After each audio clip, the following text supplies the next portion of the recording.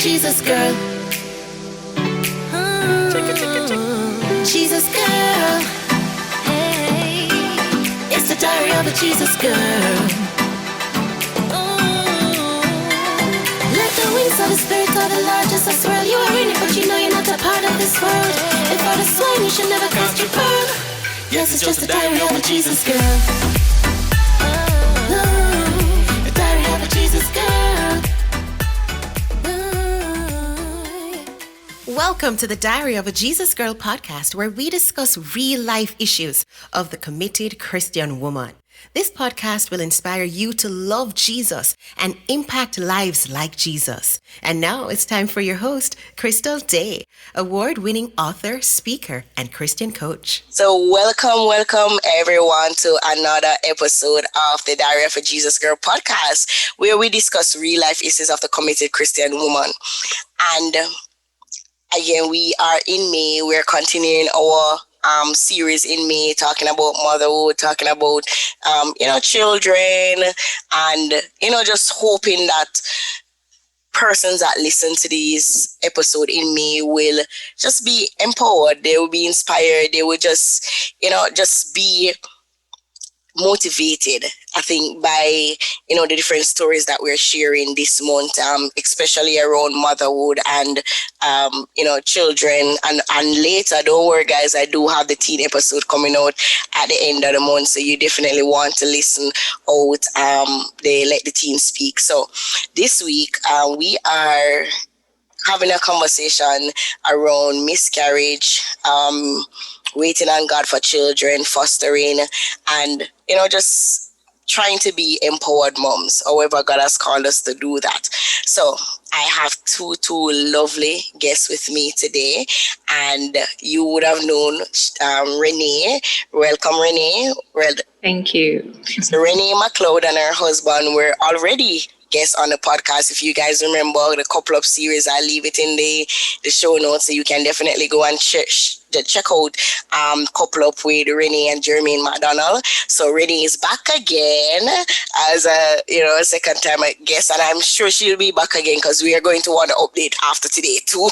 So Renee is going to share her experience waiting on children. She did mention it a little bit when she and Jermaine did the couple up earlier this year, but she now will share about that waiting process, but also she has decided to start with fostering. So she's going to take us through that journey of fostering. Now, if you're in Jamaica listening, fostering, adoption, these things are, not very popular. We don't have these conversations a lot in Jamaica. So I'm extremely excited to have Renee to share this.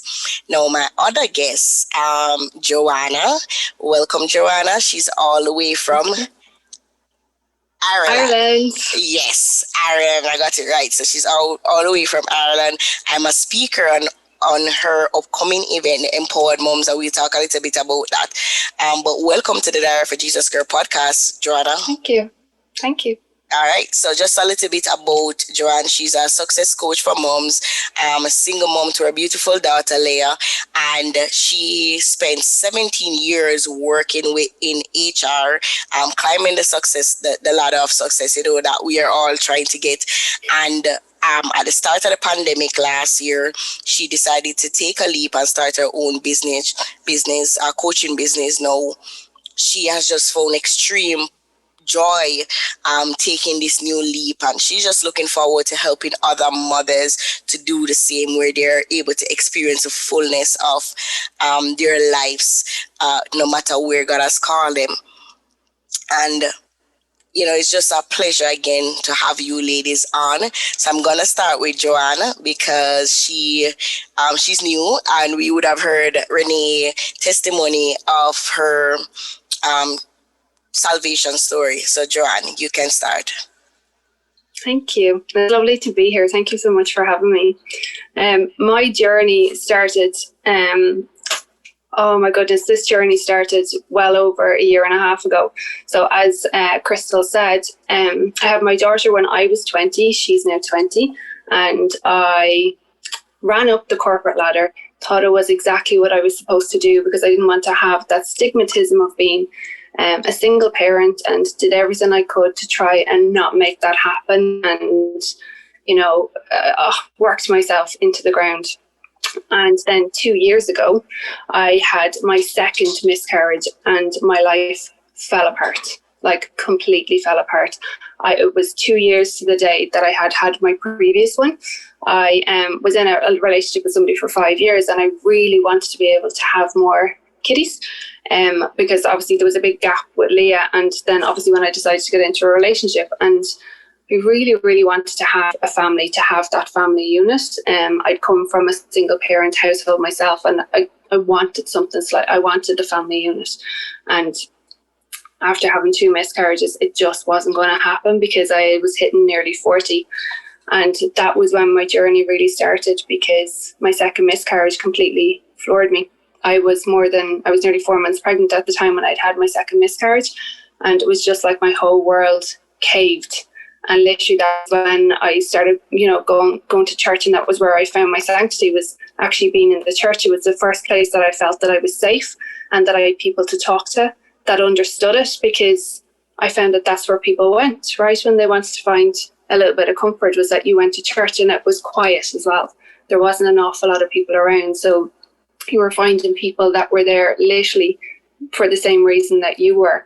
And yeah, that was when my whole journey started. And I realized, you know what? We don't talk about this enough. Like, I didn't really know anyone that had miscarriages, because after my first one, I just kind of got up and went on again with life and didn't really think about it. It was just one of those things. But because my second one floored me so much, I couldn't really even get up in the morning. Like, the simplest tasks were just too much for me. If you asked me a question, I couldn't even formulate an answer in my mind. It could have been something so simple as in, what do you want for dinner?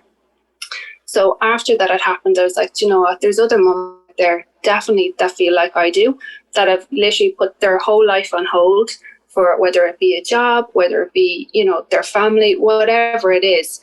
And that so many people get to that point where you have that emotional, like a huge emotional impact, whether it's the loss of somebody or, something maybe like huge traumatic experience has happened, and that's when you start to make a change. And I was like, nobody should live like that.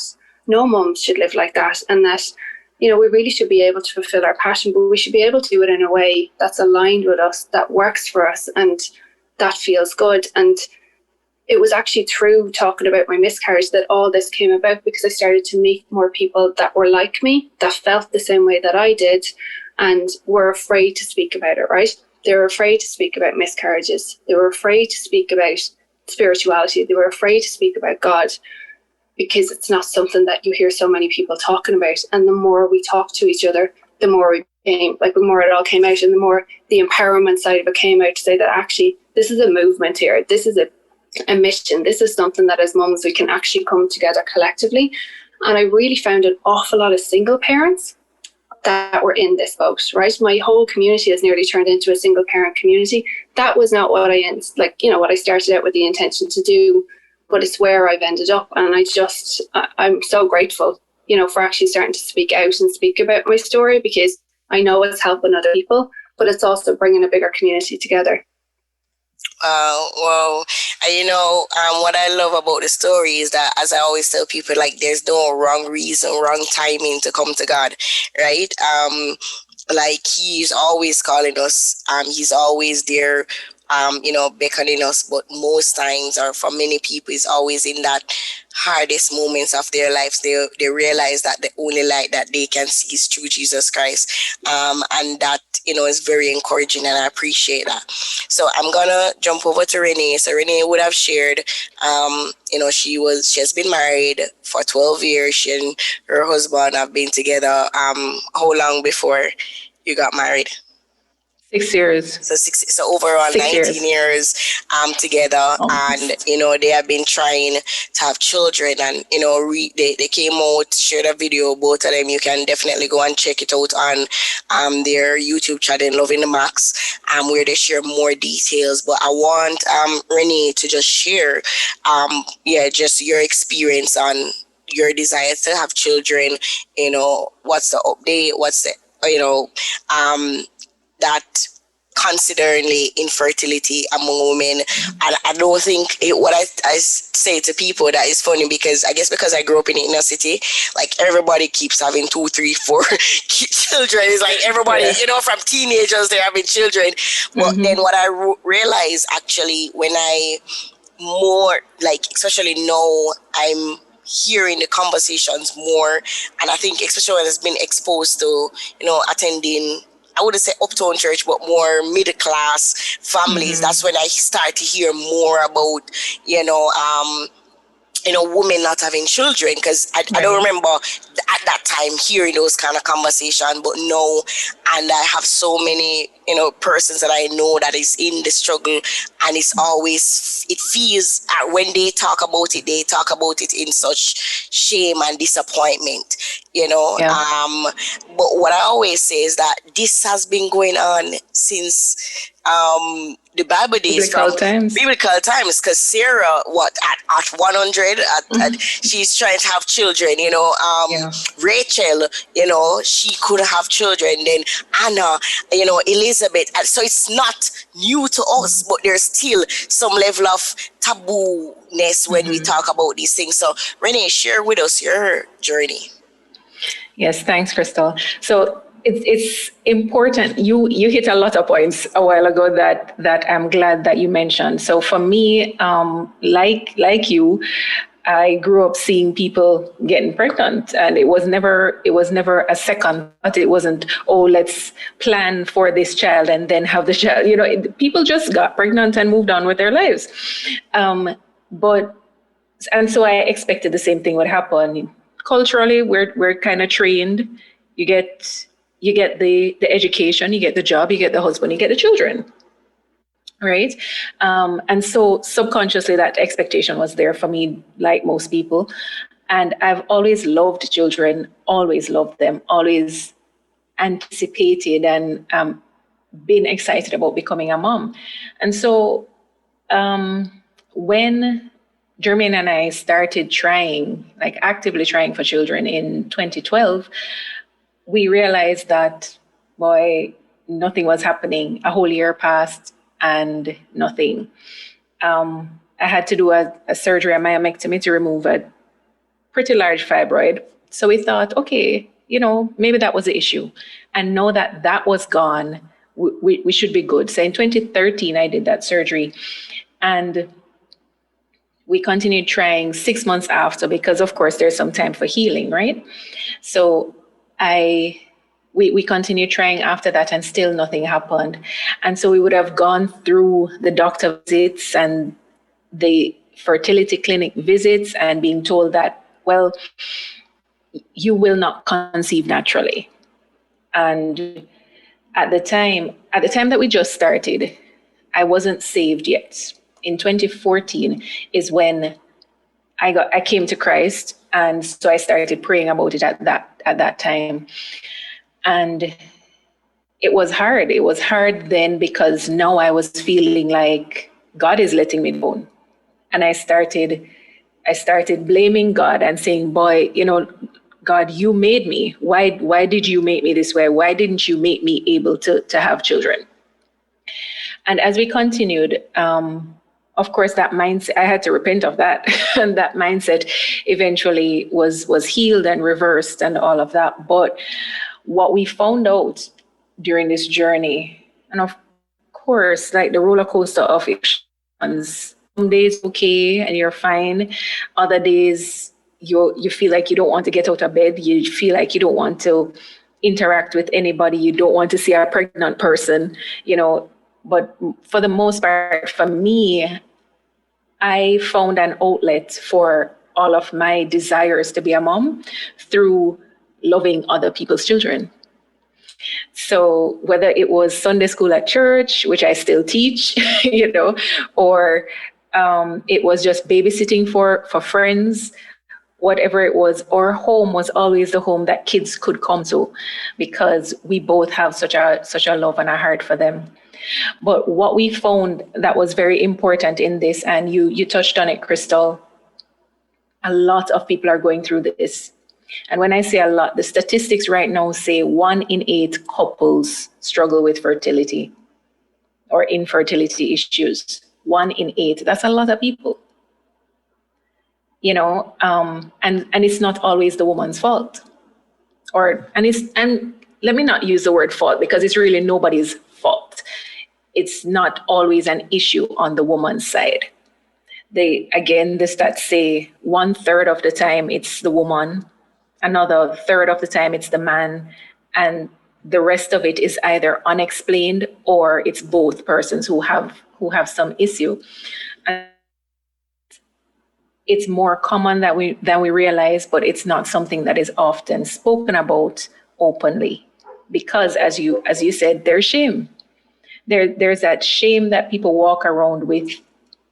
You mentioned Hannah. We remember that story of Penina and Hannah. Like, Penina constantly jeered Hannah because she couldn't have children. Yes. Yeah. And likewise with Leah and Rachel. Yeah. Leah thought, oh, let me have all these kids so that he will love me. Yes. So it's a lot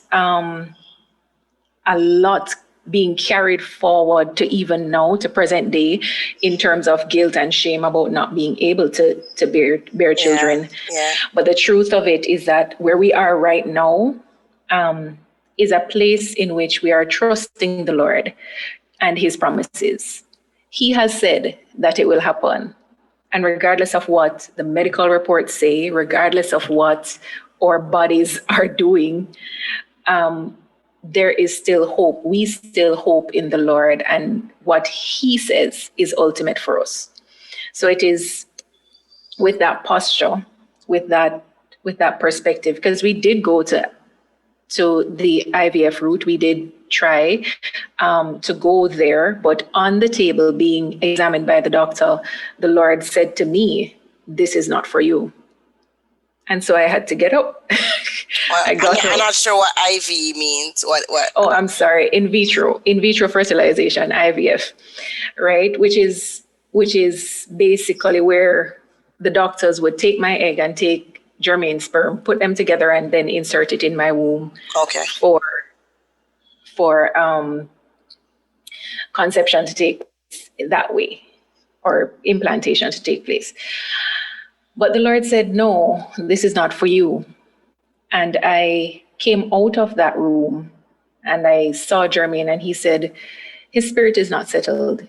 He doesn't believe that we should be here.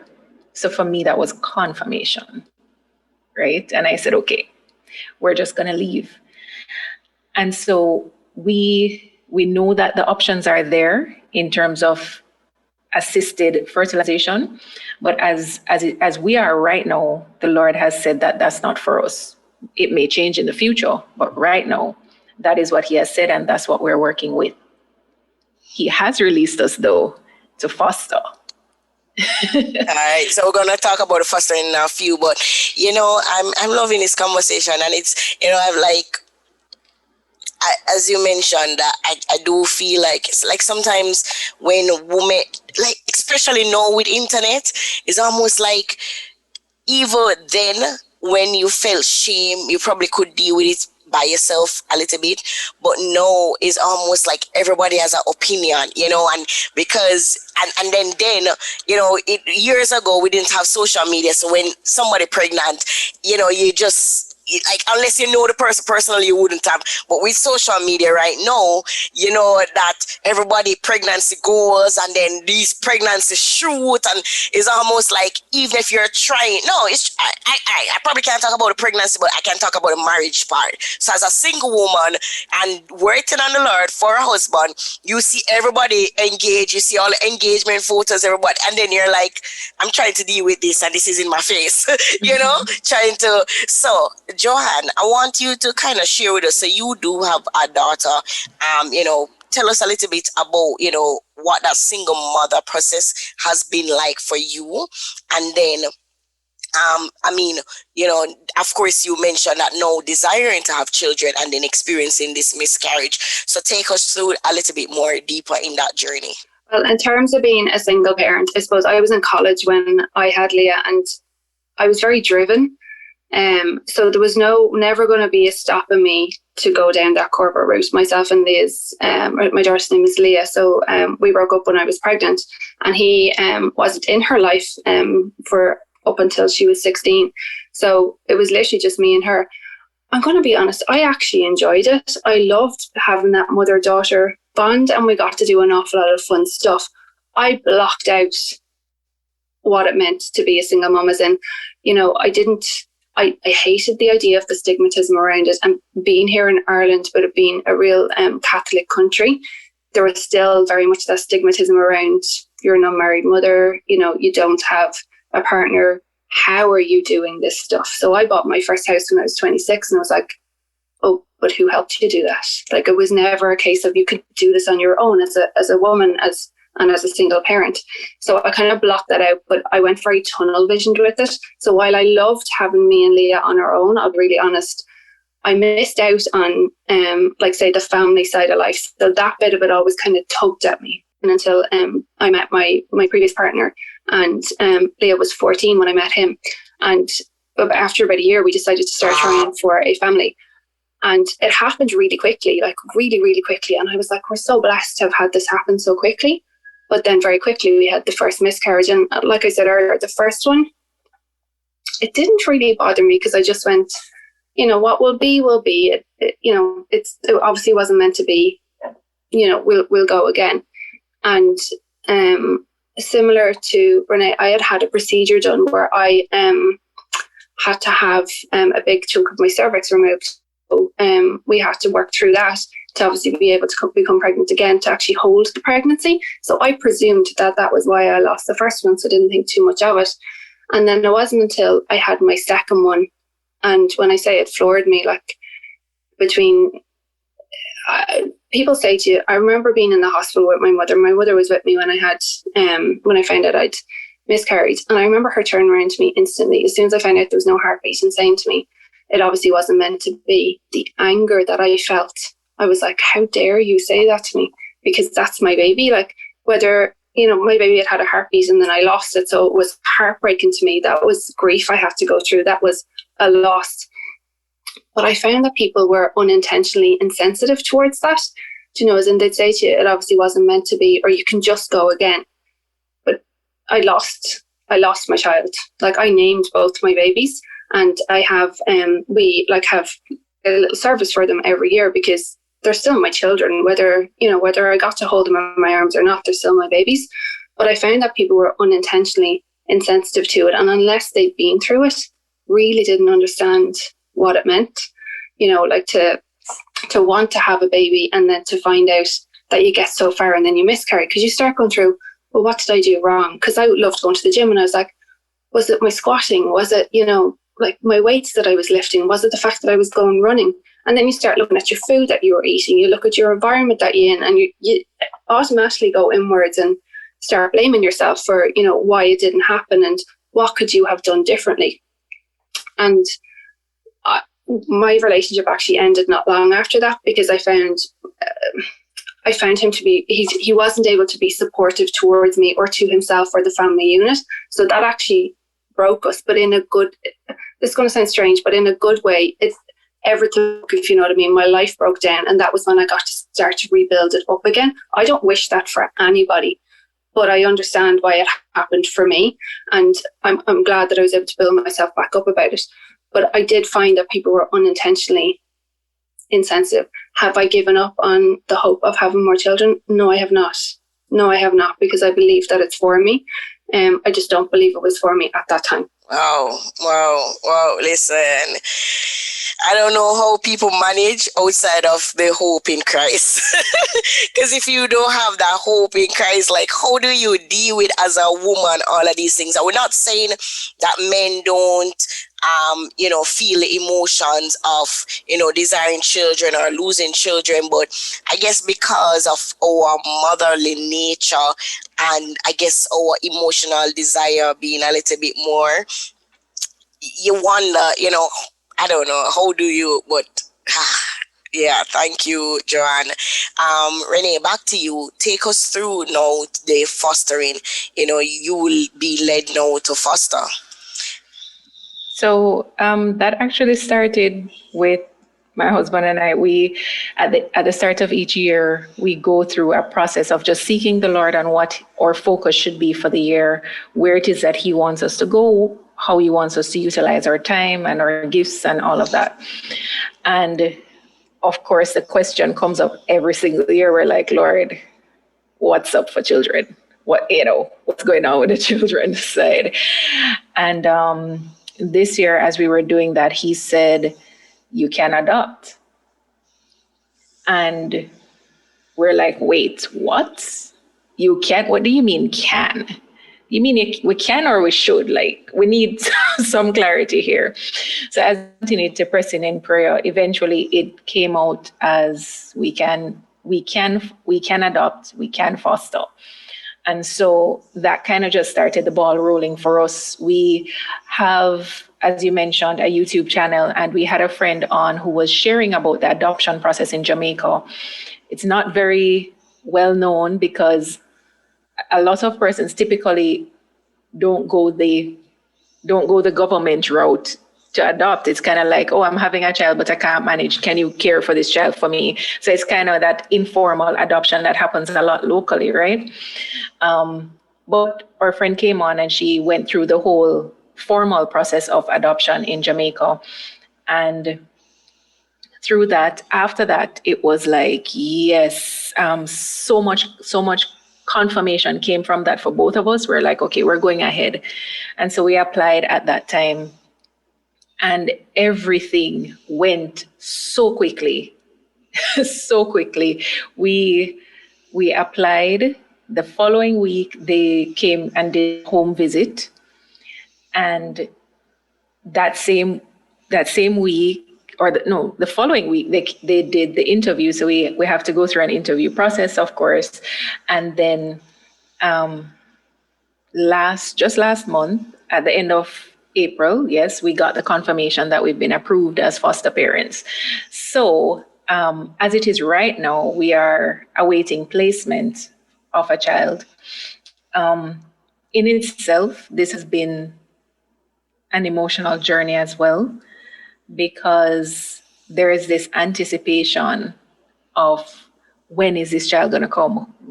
And because we're fostering and not adopting right now, we know that we also have to prepare ourselves for the fact that this child may not be with us for the rest of his life, that we may have to return this child to his birth parents. And that's a good thing. That's a good thing because it means that their birth parents would have come into a better place, be able to now care for them.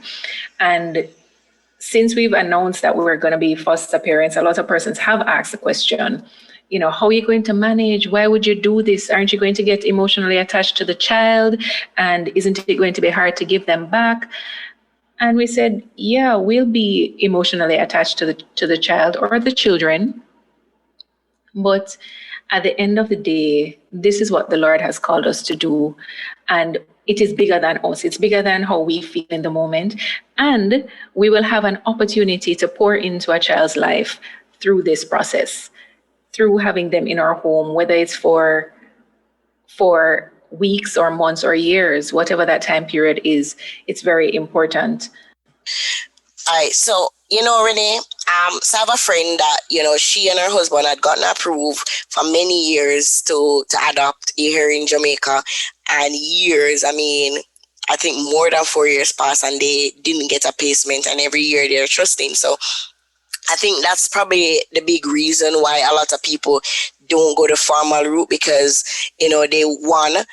many people think that if you don't have a certain thing, like you don't have certain amount of money, etc., then you won't get approved. And then when you do get approved, based on how the system is set up, you just don't end up, 5 years pass and you just don't end up with a child. You're still there waiting, just like how you're waiting to get pregnant. And it's hard because you're like, okay, but I know, I've accepted that, okay, even if I can't have my own child, I'd adopt, but then I have to wait another long time to get placement. So I think that's probably one of the reasons why a lot of persons kind of struggle with that. But as you said, you are trusting God on this journey, So we are trusting with you that it won't take, that long also. So Joanna, go ahead. Sorry, I'll just say this really quickly. The adoption system is different from the foster care system.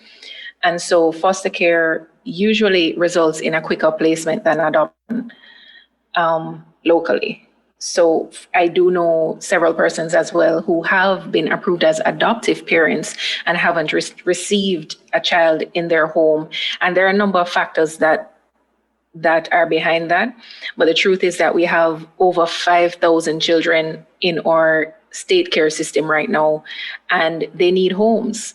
So if we can foster them, especially as Christians, can open our homes and foster them, give them a home, a safe haven until it is that their parents are in a place to take care of them, then that can also fill that need, even if you're not adopting for life.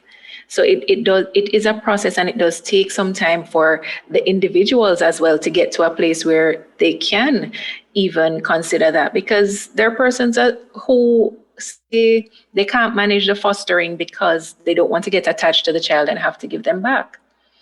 And we're all at different places on the journey. But if it is that your heart is in that place, and spiritually you're solidly in that place where you can say, yes, I want to make a difference in this child's life in this way, then I definitely encourage going the fostering route as well. Because you can always start with fostering and then transition to adoption at a later date. May not be the same child, but it will allow you to be making a difference for a child or multiple children over time. Yeah. So John, so you mentioned, I wanted to touch on it because as a single mother, I love how you said that for many years you just did not sign on to the stigma of single motherhood, right? And for me, similarly, like, I'm Christelle's mother. Like, I don't walk around and, I'm a single mother, because, I try to focus on the positive things, that I have a child, she's, in good health, have an amazing community of family members that she feels love. So, and I love that you said that. Now, I want you to just kind of share with us, the part, here's where I wanted to go, the part of what you do right now, helping mothers to find their passion, right? Because here's the thing. No, like, y'all don't throw stones at me, but it's the truth. Sometimes because of our desire to have children so much, and when we do have them, and I'm talking especially in the Christian realm, these children become idols. So our whole, we don't like to admit it, but these children, because they become our gods, our life revolves around them, and we forsake everything. And, a lot of times you don't realize that you're growing resentment, because especially if you have certain passion in you and you want to go after the passion, and then it's almost like you put everything on hold because of children. So I think that it's important to have a balanced view, because I have some friends, the way how they talk about the children, I'm like, you realize that these are, like, at 18 they're going to move on with their life, kind of thing. You must tour them, but it's not your children, it's God's children. It's not yours, it's God's. So talk to us about that passion, talk to us about mothers finding a passion, or you going after their passion, etc. So I love this, because I love working, right? I'm going to be really honest. I am ambitious and I love working. I really enjoy it. And I always thought that was a bad thing, being a mum, right? That you shouldn't be ambitious and you shouldn't want to be able to work, and, you should want to be able to stay at home. And when I had that second miscarriage, right, and I said that everything, my whole world started falling down around me, it gave me a different perspective, and literally on everything. I was watching my daughter follow my footsteps. She is as ambitious as I am. However, she was going down the exact same route and following in Mammy's footsteps of going after promotion after promotion after promotion, and going down the court route because I did, right? They're super influenced by what we do and what we say, even as they get older, and they'll tell you they're not listening to you and they don't want to know what you're saying. They're watching and feeling and living and breathing everything that you do. And that was a massive wake-up call to me, right? Because myself and Leah we would have a fairly good relationship, but there'd still be a firm hand with her. She is my why. She was never really my be-all and end-all, if that makes sense. But I didn't want her to follow in the footsteps that I did, because it's not... like I said already, I don't want any mother to follow in those footsteps, because I think there's a much better way to be able to live your life, one that's more aligned with you and who you are and what you want to be and do and have, right? So this is where this all started. It was 2 years ago, because I didn't want Leah to live like that. I didn't want to live like that, and I didn't want any other mothers to live like that. So I made a conscious decision not only to change my life and the direction that I was going in my life, and not to be going after all the shiny objects and what everybody else told me I should be doing, and what my mother wanted me to do, and what my stepdad wanted me to do, and what society wanted me to do. I decided to make that change and go, actually, what does Joanne want? What's right for me? What feels good in here? And that was obviously when I was spending my time in the church and around people, I was able to lean into that and go, well, actually, what am I good at? I'm actually good at helping people, and I'm good at being able to share my story that also helps other people. So where I go now is I literally help other mums to find what their purpose is. And your purpose is your why. It's not a job. It's not, it's not like something big and fancy. It's your why. What way do you want to live your life? How is your life lined with you? Step into that you don't feel guilty. You don't feel ashamed. And, that your story is actually going to help other people. And everything I do is associated with the Miscarriage Association over here. So any events that I do, like the one that Crystal is joining me for, any money that's made from that goes directly to the Miscarriage Association, because it's so important to me. And I want us to really be able to speak openly about it, and to help other mums and to show what supports are there, whether it's talking to somebody that's been through it, or, reaching out to somebody else that you might know has gone through it, but they don't have anybody to talk to, right? To be able to do that. So for me, that's where my why comes from. And I want to show other mums how you do that, and how you do that by being you and supporting what you want and supporting what is good and feels good. Yeah, that's powerful. I love what you said, your daughter was, your wife, but she wasn't the end all and be all. So the truth is, Crystal is one of the major reasons why I do what I do, in terms of, how I resurrendered my life to Christ. I really wanted to be a good example. Even when I go after my dreams, I think it gives her permission to go after her dreams. And I remember you mentioning, Joanne, about your daughter being in law school, and because you made a shift, she decided to go and pursue, makeup, and, she's now an influencer and all. And, for many mothers, they would say, oh my God, you left law school to do makeup? How dare you, But she found her thing, and she found the freedom to do her thing, because you decided to, just follow that path that you believe that the Lord was leading you on. Something you wanted to add? Right, Joanne?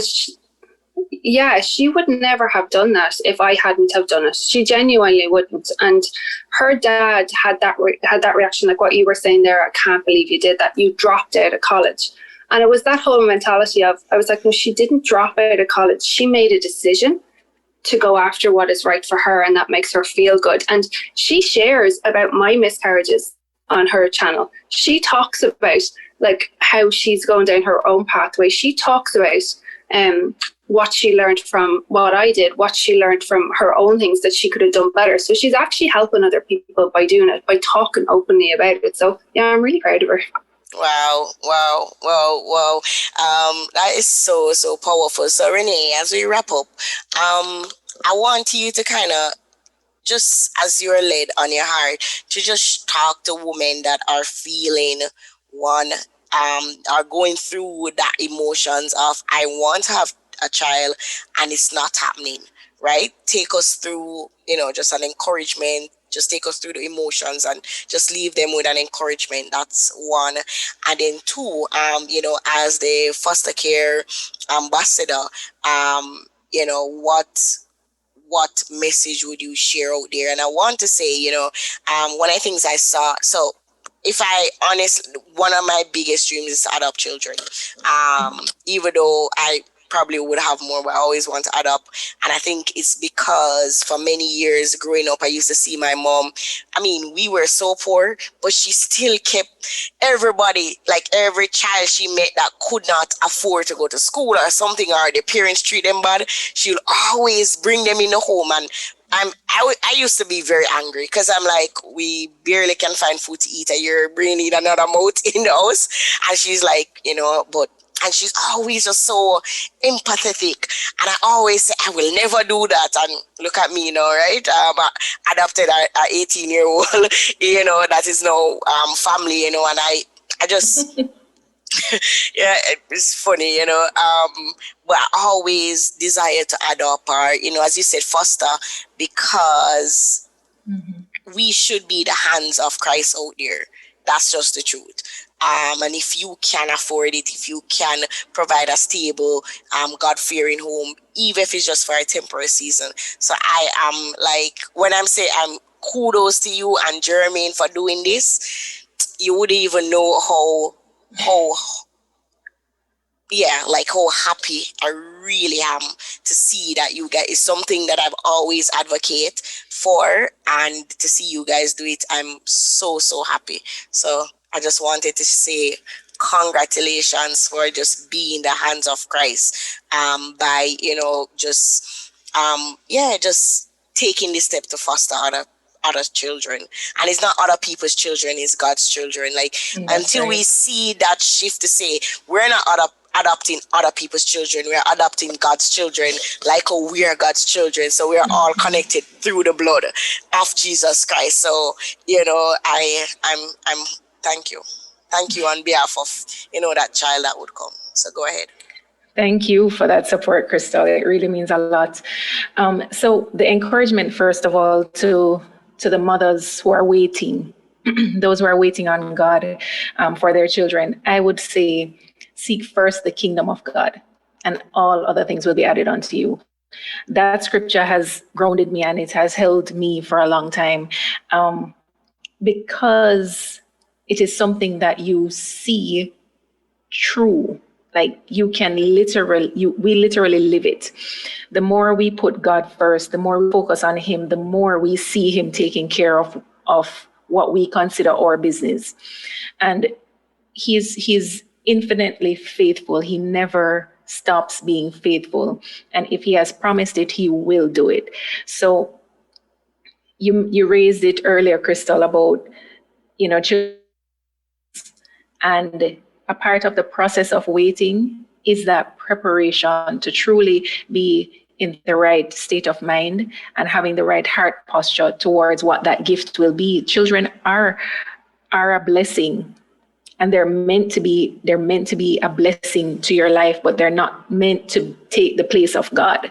They're not meant to be idolized. And a part of that process of waiting is truly preparing us as individuals to be good stewards, but not be idolizing. And that's important. So the encouragement is to search your heart. Ask the Lord to search your heart and show you where you are. Is there something that he's working on in you that you have been resisting, that maybe you need to submit to him now? And focus on that. Focus on what he's doing in your life in each season. And as he continues to do that, you will be drawing closer to that fulfillment, to the fulfillment of that promise.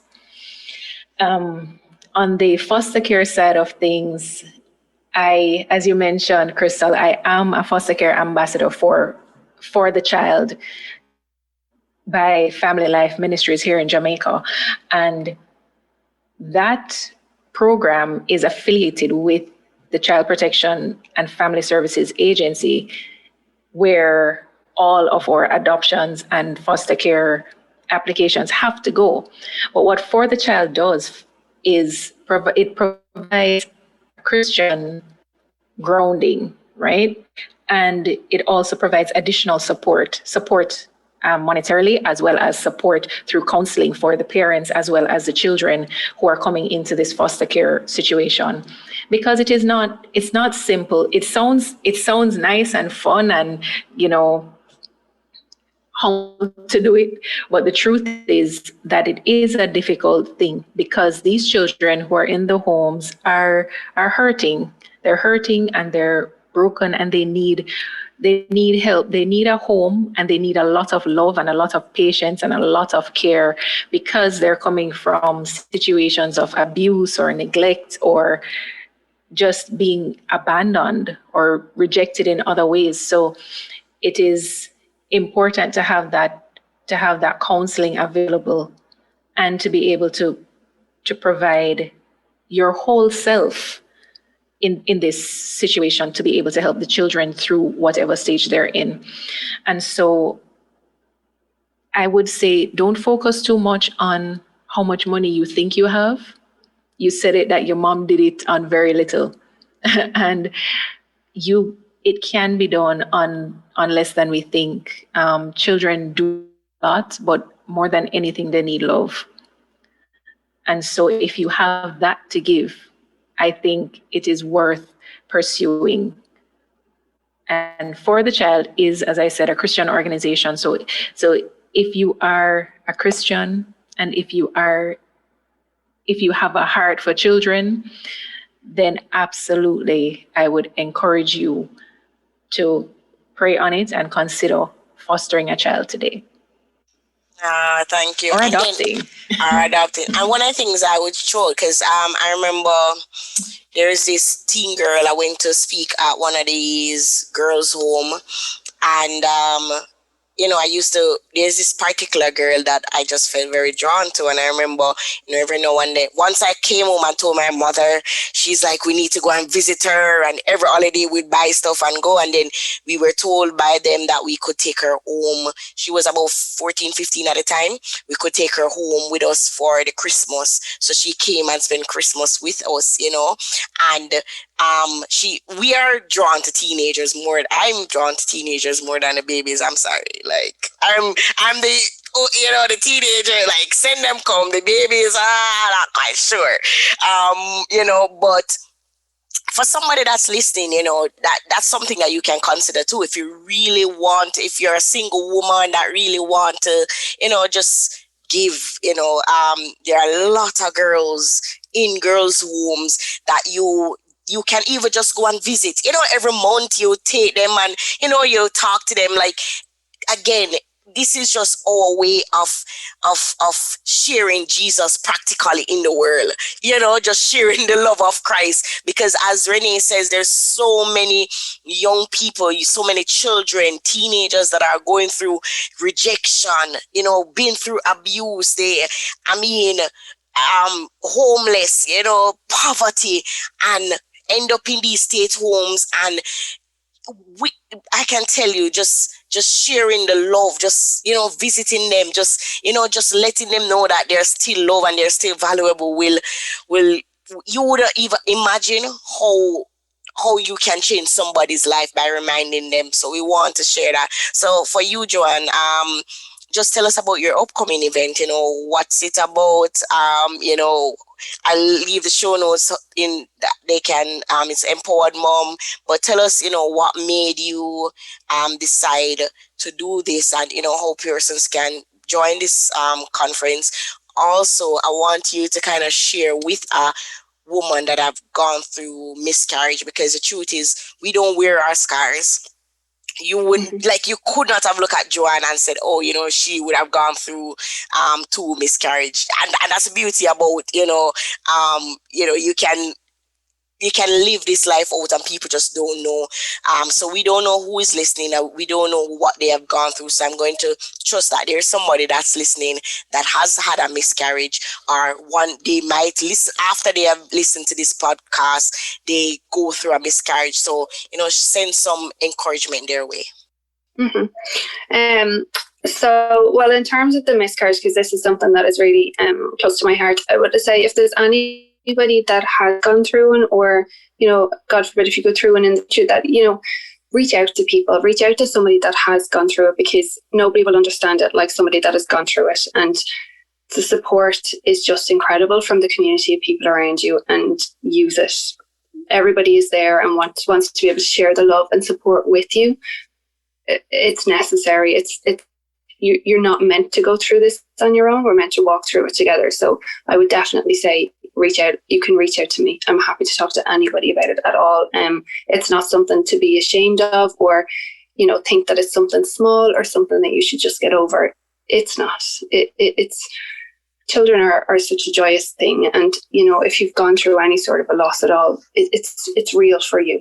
So don't ever be afraid to reach out about it. And there's always organizations that are there to be able to support. And yeah, I found obviously comfort in the church and the Christian community around me. So reach out to the people around you. They honestly will be there to support you. In terms of the upcoming show, so it's called the Empowered Mom Movement, and it's to show moms how to successfully follow through and pursue in their life passion. And like I said earlier on, it's about connecting with your why. And I was drawn to Crystal, so Crystal had to be on my show. That was a given. And it's literally about bringing different mums together that have fun on their passion, and whatever it might be, whatever path that led them down, and for them to be able to share how they did it, and to show you how you can do it too. Because we tend to think that we can't, or that we should hold back as mums, but we don't need to. We really, really don't need to. And there's an incredible amount of single moms on here, as well as married mums. And, you get to see all different aspects of it. Some mums have, little babies. Some mums have fully grown kids like I do and have fled the nest. So it's a show to be able to come and see how you actually follow through on it and get encouragement from other mums that have done it too. And Krista will have the link for you to be able to join. It's free. It's really free. There will be a VIP option, and all of that money goes straight to the Miscarriage Association so that we can continue to support other mums that have gone through miscarriages. Listen, ladies, I want to say thank you for, I'm so grateful that you guys said yes to coming on to the podcast. I know somebody is listening, and they are I just know that they're listening and say, wow, I needed to hear this. I shared a post last week when people asked, how do you just share so boldly your business and stuff? And I said, the truth is, I've learned very early in my Christian walk that there's really nothing new under the sun. No matter what you are going through, no matter what you have been through, there's somebody out there that is going through it or will go through it. And if you can use your voice, your story, your testimony to inspire even one person, it will be worth it. It will be worth it. And that's what Renee and her husband has been doing. So check out their YouTube video and channel, Loving the Max. They share, and also, they share a lot about money tips. So they, they're into the financial management aspect also. So definitely go and check out and support. And also, Joanne has just shared, just so, eloquently and, just so real about this miscarriage process. I've had a miscarriage years ago, and initially it's oh, yeah, it's not that serious. It's oh, okay, all right, move on kind of thing. But, it's one thing that, and I think other women have gone through it, and then sometimes that their approach, but then when it's a desire, it becomes a desire, and now you lost that child, it's just like mourning your physical baby, and sometimes I don't think that we are empathetic enough to realize and accept that people go through things differently and appreciate how other people go through their process. And this is why I'm so grateful that Joanna had said yes and come on. So thank you guys again for listening to the Diary of a Jesus Girl podcast. This is why we are doing this podcast every week. Persons come on, men, women, or teens just come on to just have real life conversations, right? That's it. The conversations they don't want to have in church, the conversations that, we think, but nobody wants to say. That's what I bring here to the show each and every week. So, I hope you'll join us next week for another amazing episode. If this has blessed you, definitely reach out to Renee, Joanne, just leave a review on iTunes or YouTube, and, just continue to just trust God. That's it. Just continue to anchor your hope in Christ, that no matter what you're going through, that, He is enough, but He will take you through it. So God bless you. God bless you. See you next week. Diary of a Jesus girl. Jesus girl. Hey, it's the diary of a Jesus girl.